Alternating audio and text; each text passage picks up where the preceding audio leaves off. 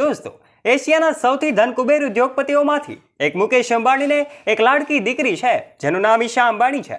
ઈશા અંબાણી એ બંને ભાઈઓની એક લાડકવાઈ બહેન છે જે હંમેશા અંબાણી પરિવારના કોઈ પણ ફંક્શનમાં એક પરીની જેમ આંગણાને મહેકાવતી જોવા મળે છે. ત્યારે હવે રક્ષાબંધનનો આ પવિત્ર દિવસે બહેન ઈશાએ તેના ભાઈ આકાશ અને અનંત અંબાણીને એ રાખડી બાંધી છે. એમ જ અંબાણી પરિવારની નાની વહુ કે જેમના લગ્ન મુંબઈના જીવો વર્લ્ડ ખાતે અનંત સાથે થયા હતા એ રાધિકા મર્ચન્ટને પણ આજે પહેલી રાખડી બાંધી છે. ત્યારે દોસ્તો, આ રાખડી બંધનમાં ઈશાને તેના ભાઈઓ દ્વારા કઈ મોંઘી ગિફ્ટો આપવામાં આવી છે, આ તમામ બાબતો વિશે તમને સવાલો થતા હોય છે. આજના વિડીયોમાં આ તમામ બાબતો વિશે વાત કરીશું. ઈશા અંબાણી તેના બંને ભાઈઓને ખૂબ જ પ્રેમ કરે છે, તેથી એમને વીરાની રક્ષા માટે તે ભાઈઓને રાખડી બાંધી છે. આજના વિડીયોમાં આ બાબતે વાત કરીશું. માટે વિડીયોમાં આગળ વધીએ તે પહેલા વિડીયોને લાઇક અને ચેનલને સબસ્ક્રાઇબ કરી લેજો. અંબાણી પરિવારની રક્ષાબંધન શા માટે ખાસ રહેતી હોય છે? અંબાણી પરિવારમાં રક્ષાબંધન ખૂબ જ ખાસ અંદાજમાં ઉજવવામાં આવે છે. ઈશા અંબાણીના બંને ભાઈ આકાશ અને અનંત એ બહેન જોડે પ્રેમ અને સ્નેહથી રાખડી બંધાવે છે.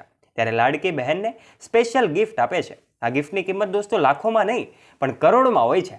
ઈશા અંબાણીએ અનંતના લગ્ન પહેલા જ કહ્યું હતું કે તે મારી માટે એક બાળક સમાન છે, જ્યારે રાધિકા મર્ચન્ટ મારી માતા સમાન છે.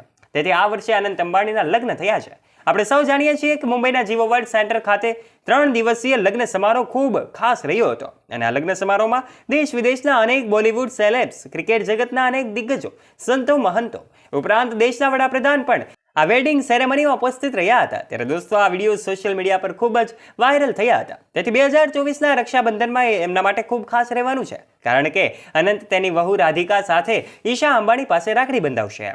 રાધિકા મર્ચન્ટ માટે અંબાણી પરિવારમાં આ પહેલું રક્ષાબંધન છે. આપણે સૌ જાણીએ છીએ ઈશા અંબાણીની રક્ષાબંધન એટલા માટે જ ખાસ બનવાની છે. હા, ઈશા અંબાણીની રક્ષાબંધન ખાસ બનાવવા માટે બંને ભાઈ આકાશ અને અનંત કોઈ કસર છોડતા નથી હો દોસ્તો.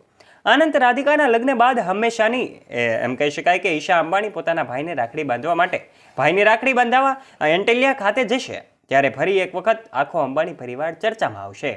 હવે વાત કરીએ કે અંબાણી પરિવારના રક્ષાબંધનના તહેવારની ઈશા અંબાણીને બંને ભાઈ જે ગિફ્ટ આપે છે તે ચર્ચાનો વિષય બને છે અને લાઇમલાઇટની નજીક રહેતું હોય છે. દરેક બહેન માટે ભાઈએ આપેલી આ ગિફ્ટ ખૂબ જ કિંમતી હોય છે. એવી જ રીતે ઈશા અંબાણી માટે પણ આ ગિફ્ટ ખૂબ જ સ્પેશિયલ અને કિંમતી હોય છે. તેમ છતાં લોકોને જાણવામાં વધારે ઉત્સાહ હોય છે કે રક્ષાબંધનનો તહેવાર પર અંબાણીની લાડકી એ દીકરીને ભાઈઓ પાસેથી શું ભેટ આપે છે. રક્ષાબંધન પર ઈશા અંબાણીને મળી કરોડોની ભેટ. રિપોર્ટ્સ દ્વારા જો માનવામાં આવે તો એક દાવા અનુસાર 2024માં રક્ષાબંધન પર આકાશે ઈશા અંબાણીને સ્વિટ્ઝરલેન્ડમાં આવેલો એક બંગલો ભેટમાં આપ્યો છે, જેની કિંમત એ ખૂબ વધારે છે.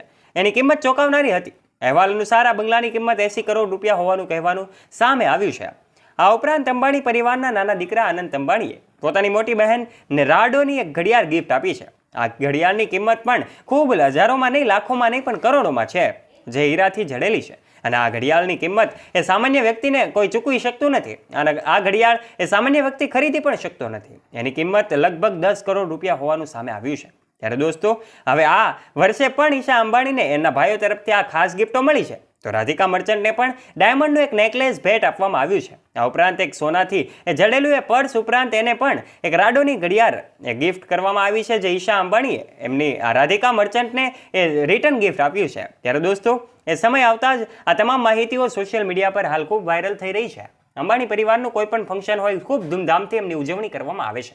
ત્યારે દોસ્તો, આ રક્ષાબંધનનો પવિત્ર પર્વ આપણા દેશમાં ખૂબ ધૂમધામથી ઉજવવામાં આવે છે અને સૌ દેશવાસીઓ ખૂબ ઉત્સાહથી ઉજવે છે. ત્યારે દોસ્તો, આ ભાઈ બહેનનો આ પવિત્ર પર્વની આપ સૌને શુભેચ્છાઓ સાથે રક્ષાબંધનની આપ સૌને શુભેચ્છાઓ અને કોમેન્ટ બોક્સના માધ્યમથી આપની શુભેચ્છાઓ પણ પાઠવવાનું ભૂલતા નહીં. આ વિડીયો ગમ્યો હોય તો વિડીયોને લાઇક અને શેર કરી દેજો. તમારા દરેક ભાઈઓને આ વિડીયો શેર કરી દેજો, જેનાથી એમના દ્વારા પણ તમને કંઈક ગિફ્ટો મળી શકે.